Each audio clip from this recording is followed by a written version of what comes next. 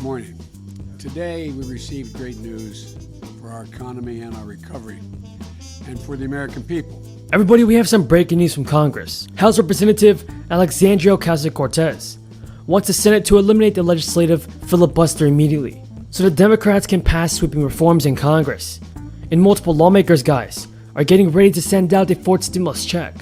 What is going on, everybody? I hope all of you are having a great day so far.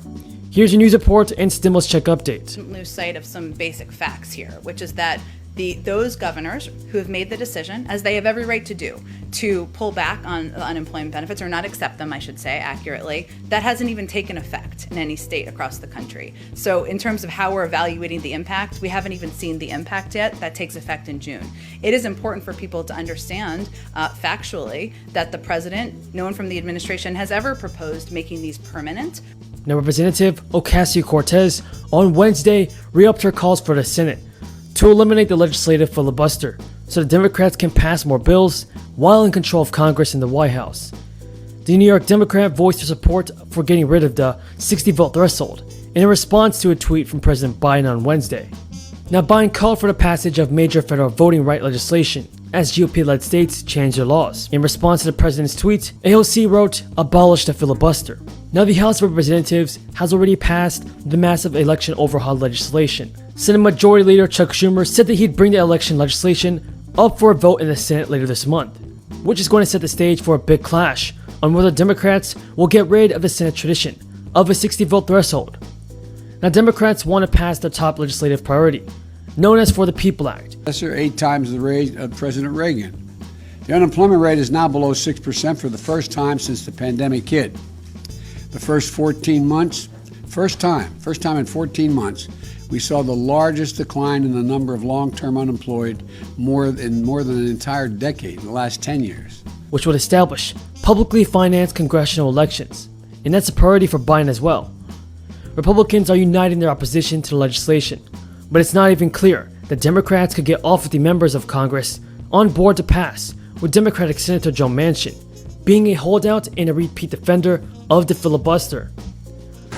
In another Twitter post, Ocasio-Cortez said, "Preserving the filibuster is not worth letting millions of people in this country go hungry, sleep in their cars, or struggle to afford baby formula." Now, most Americans have already received 3 rounds of stimulus checks as part of the federal government's crisis relief efforts. But there's also a lesser-known relief option available to millions of homeowners struggling to pay their mortgages. The $1.9 trillion American Rescue Plan, passed by the Democrats in March, included $10 billion for the Homeowners Assistance Fund.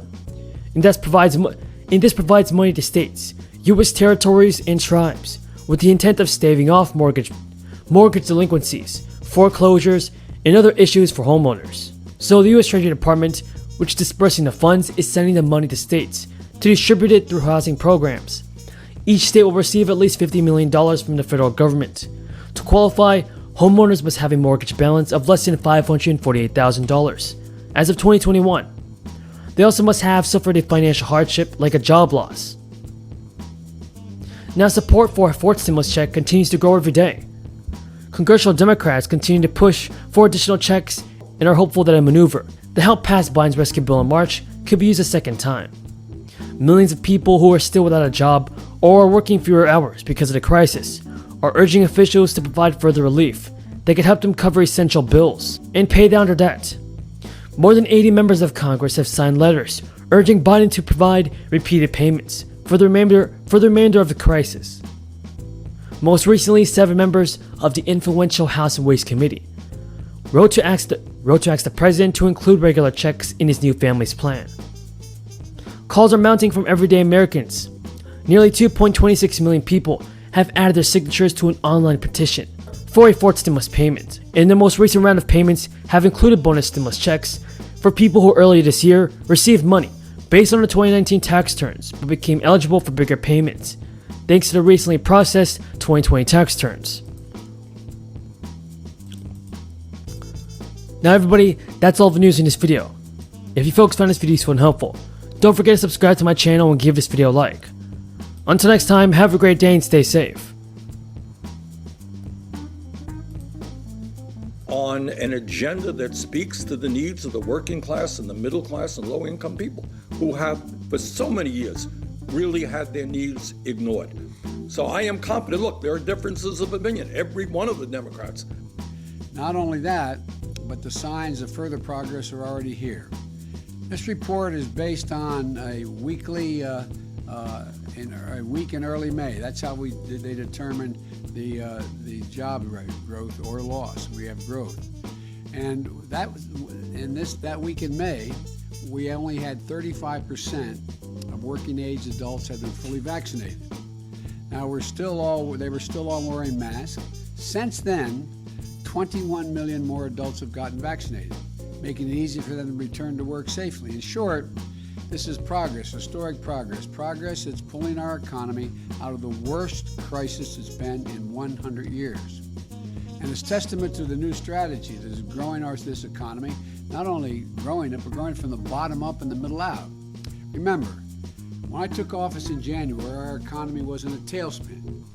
Job growth had stalled. COVID was raging. Average initial claims for unemployment insurance were over 830,000 per week. Now those claims have fallen below 430,000, about half of what they were when I took office. Before I took office, almost 24 million Americans were going hungry. Remember those long lines of cars, miles long, people waiting for just a box of food to be put in their trunk? That number has already dropped by 25%. Still too many, but clear progress.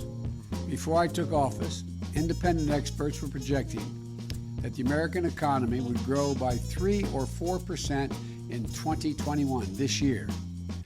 This week, the Organization of Economic Cooperation and Development, the so-called OECD, which makes up a group includes the world's largest economies in its membership, and has been one of the leading bodies analyzing economic growth worldwide and individual nations, increased their projection for U.S. economic growth this year to 6.9% in 2021.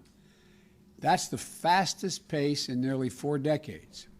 In fact, the U.S. is the only major economy where projections of future growth are stronger today than they were before the pandemic hit in 2020. And in May, manufacturing activity was nearly as strong as it was in more than 15 years, stronger than in 15 years.